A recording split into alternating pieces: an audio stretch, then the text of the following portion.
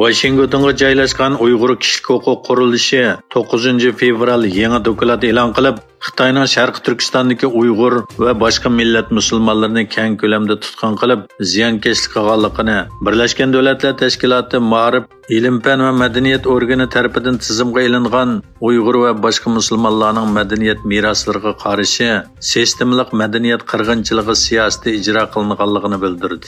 Dokladda Xitoy hukumatining Uyg'ur xalqining 12 muqomi, mashrab an'anasi, korizlari va qirg'izlarning Manas dastoni qatorliq madaniy meroslarini cheklaganligi, amaldan qoldirganligi yoki vayron qilganligi ta'kidlanib, mazkur madaniyat meroslarining Sharqi Turkiston xalqi duch kelgandek qirg'inchilik taqdiriga duch kelganligi qayd qilingan.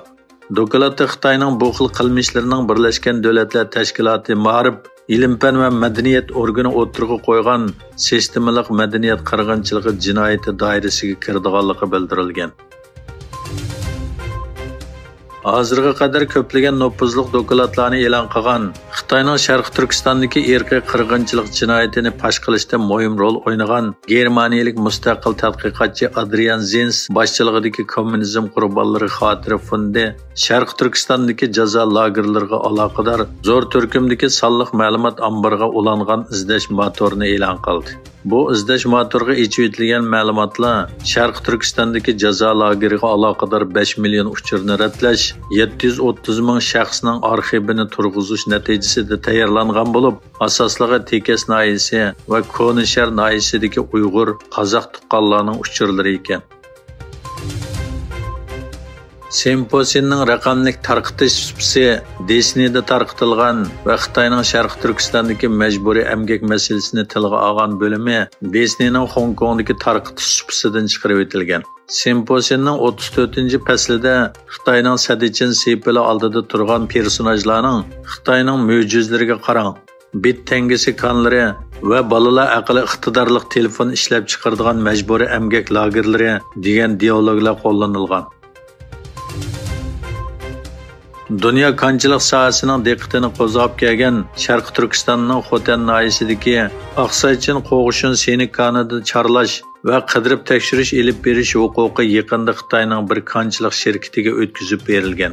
Xitoy taratqullarining 10 yanvar e'lon qilishicha, Uyg'ur avtonom rayonlik ommaviy boylik sudi tori yaqinda bu konning charlash va qidirib tekshirish elib berish huquqi Xinjiang kanchilik mablag' guruhi cheklik mas'uliyat shirkatiga setilgan.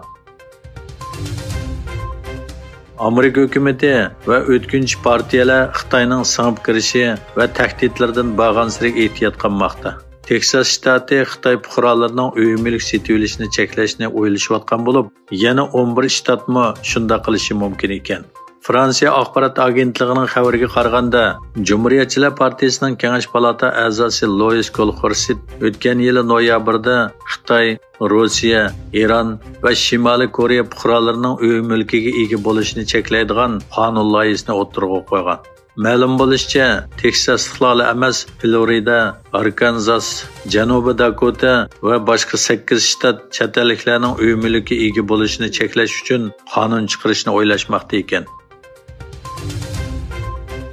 Türkiye Devlet Reisi Erdoğan yer tevrashning ta'siriga uchirgan Diyarbakir va Shonli-O'rpida bayonot e'lon qildi. Erdoğan Shonli-O'rpidagi bayonotida Qahramonmaraşni markaz qilgan yer tevrashda hayotidan ayrilganlarning 21848 ga yetganligini e'lon qildi. Erdoğan Diyarbakirda qilgan so'zida bu qitimqi yer tevrash bizga eng yaqin bo'lgan ofat 1999-yildagi yer tevrashdan 3 hassa cho'ng. Vayron qilish kuchi 3 hassa yuqori dedi.